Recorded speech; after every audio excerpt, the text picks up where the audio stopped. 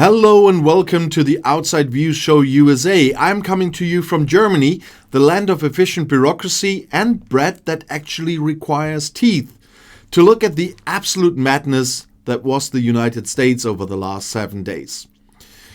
It's January 2026, and if you are watching this in the future, congratulations on surviving the great Arctic tariff war. And if you're watching this now, buckle up.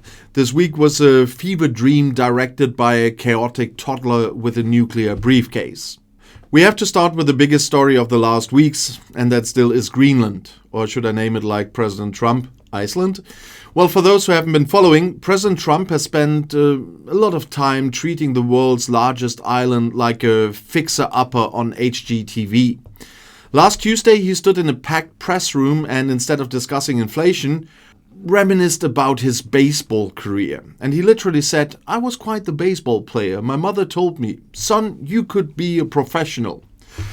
And honestly, I believe her, because only a man used to swinging at air could think he could buy a sovereign territory from Denmark in 2026. But here's the twist from last week, the backtrack. After threatening a 25% import tax on EU goods and basically telling Denmark, "Nice island you got there, shame if something happens to its sovereignty," and Trump suddenly pivoted at Davos on Wednesday. He pledged not to use military force or tariffs against European nations. For now. It's, like a hostage situation where the kidnapper says, "Okay, I won't shoot, but I'm still keeping the floor plans to your house." He's calling it a framework for a future deal. In Germany, we call that a hallucination. Well, you have to admire the American optimism. Most people buy a house. Trump tries to buy a tectonic plate. And then he acts surprised when the Danes say, "Nay." It's the ultimate outside view.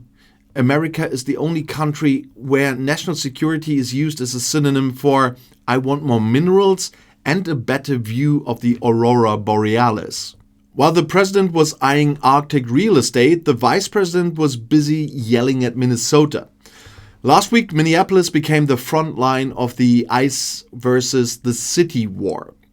On Thursday, J.D. Vance put the blame for recent violence squarely on local officials. And why? Because they aren't cooperating enough with the federal immigration crackdown. And this follows a week where federal agents gassed protesters and, get this, detained a 5-year-old child. The DOJ even issued subpoenas to Governor Tim Walz and Mayor Jacob Frey. And the charge? Conspiring to impede federal enforcement. It's a bold legal strategy. If you don't help us deport people, we'll arrest you for not being our unpaid interns. Well, it's reached a level of absurdity where the White House actually posted a digitally altered image of a woman arrested after an ICE protest to make her look, more menacing? In 2026, we don't need deepfakes. We have the official White House Twitter account. And we can't forget the Southern Front. Last week, the House of Representatives barely rejected a resolution that would have barred Trump from sending more troops to Venezuela. And the logic here is peak 2026. Trump isn't just trying to free the Venezuelan people, he's trying to liberate 300 billion barrels of oil. He promised that American oil firms will go in and run the country.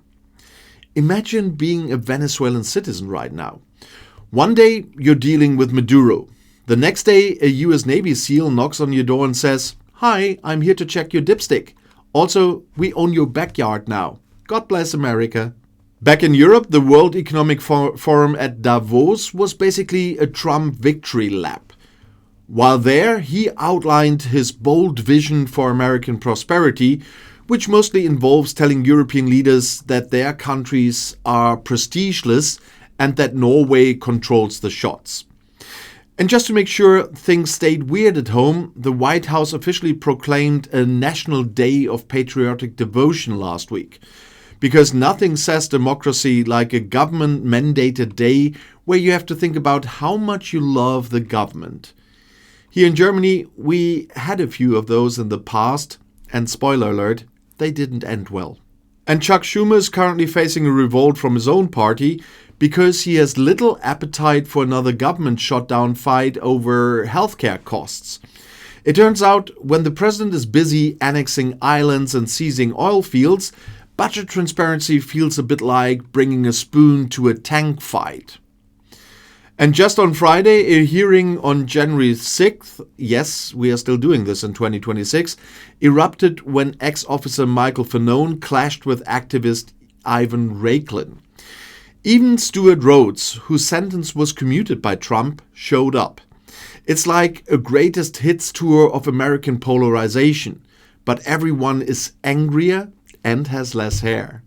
So that was another week. America is currently a country that is, first of all, trying to buy Greenland, secondly, trying to run Venezuela for the oil, and thirdly, subpoenaing its own governors for not being pro-deportation enough, and on 4, holding a day of patriotic devotion.